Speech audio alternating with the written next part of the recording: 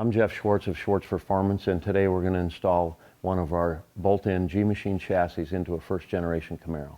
Follow along as we get this done.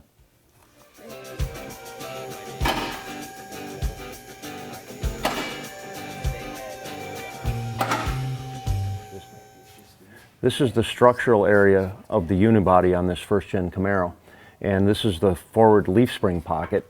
We're going to weld this plate in here along with a couple of tubes that pass through the tubular structure so that it doesn't collapse when you tighten it down. On our chassis we've got a mounting point that mates up with this spot.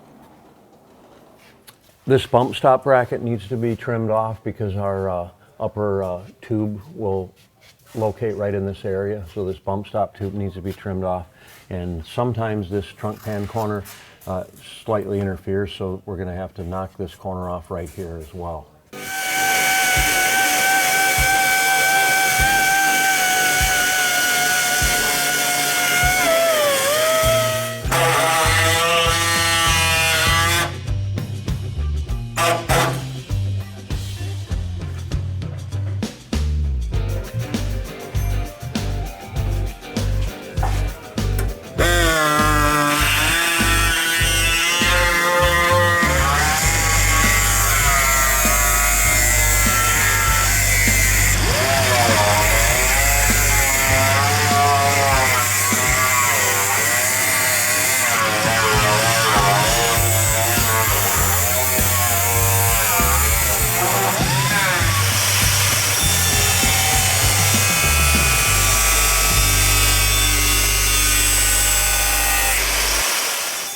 On this chassis installation on the first-gen Camaro, we do have to cut a small hole here in the rear floor pan, much in the same way you would do if you were putting subframe connectors in.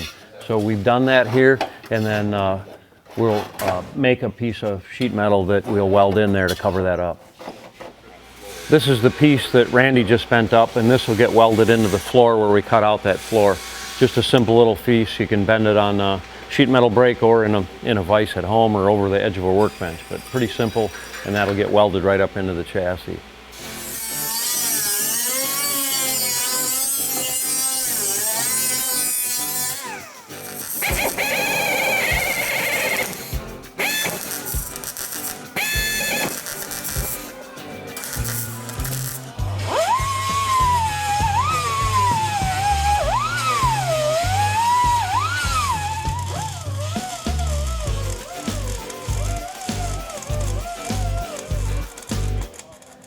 This is the slot they cut in the floor pan, and you can see they welded in the channel I was showing you earlier, and it's been ground and smoothed.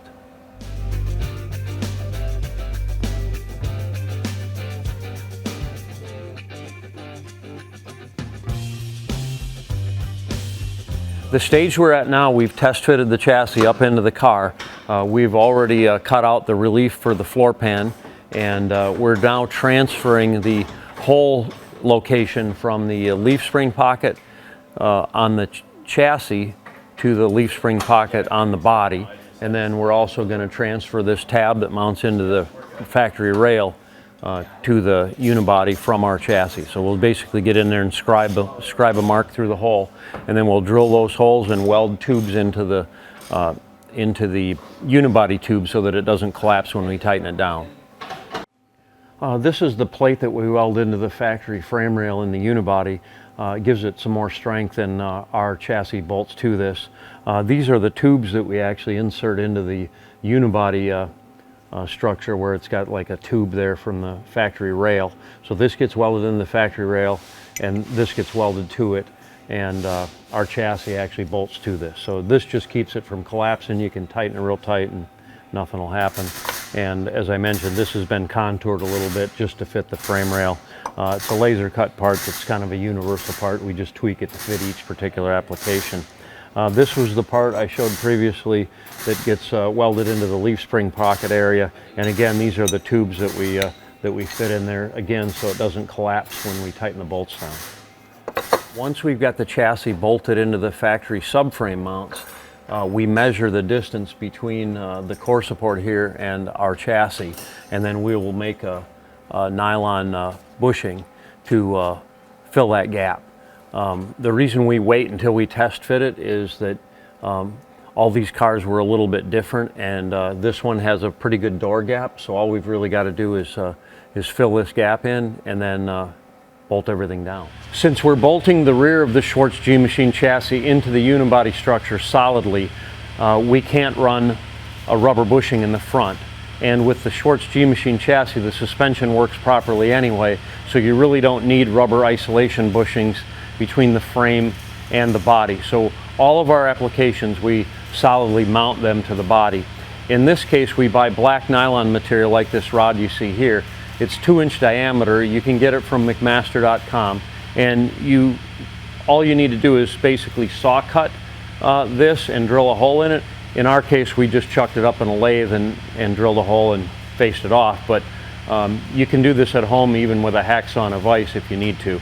These bushings, incidentally, since they're solid, they may need to vary in thickness slightly from one bushing to the other. So once you mock up the chassis, you need to measure the gaps and then build these bushings accordingly to fit the car. Sometimes you'll end up with them all the same, except the front core support is usually a hair thicker, and other times they'll need to be slightly different left to right, depending on what repairs were done on the car back when, floor pans, etc., or factory tolerances from back in the 60s. So solid bushings, black nylon, works pretty good.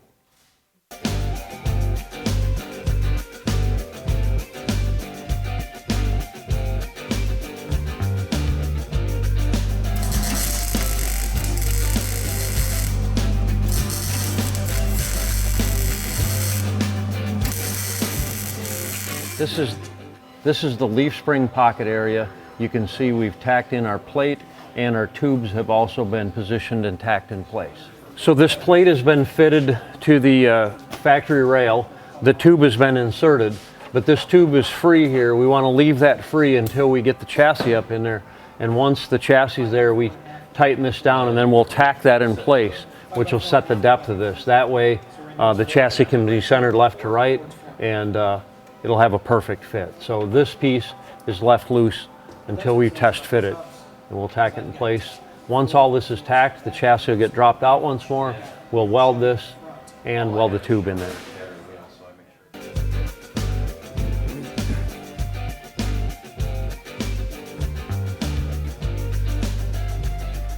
After test fitting the chassis to determine the location of the tube, that's now been welded, and then we still need to just weld that plate, and we're all ready to rock.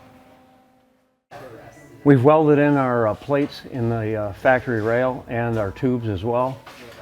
We had to massage this strap on this side a little bit just because it was mispositioned from the factory, so we had to tap that in just a little so we could hook our gas tank strap in there after it's installed.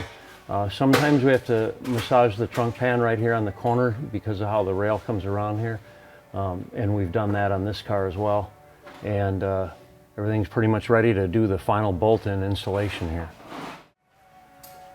You can see here where we've welded in the notches for the cut that we made in the floor pan, and that's all been refinished now.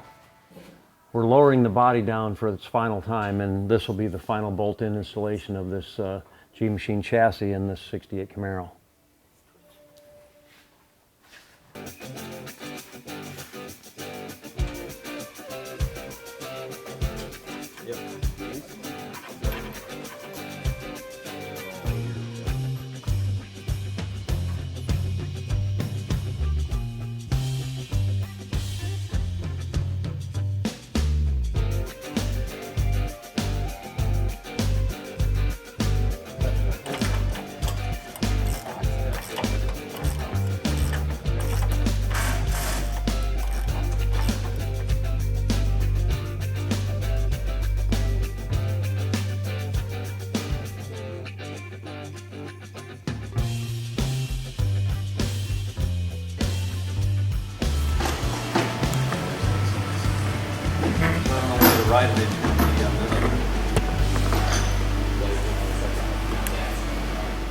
So here we are, our first gen Camaro chassis is installed.